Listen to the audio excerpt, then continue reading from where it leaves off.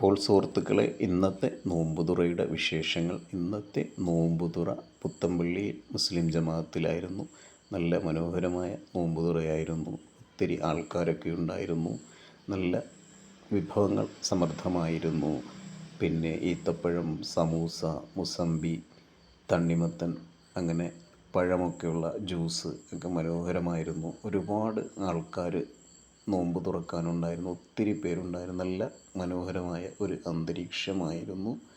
നമ്മുടെ മനസ്സിനൊക്കെ ഒരു സന്തോഷം തോന്നുന്ന ഒരനുഭവം തന്നെയായിരുന്നു.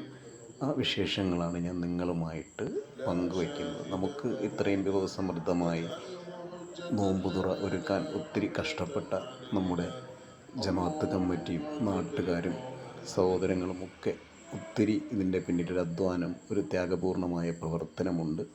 നല്ല മനോഹരമായ കഞ്ഞിയും പയർത്തോരനും ഒക്കെ ഉണ്ടായിരുന്നു. അപ്പോൾ സൂപ്പറായിരുന്നു. നമുക്ക് നാളെ വീണ്ടും കാണാം.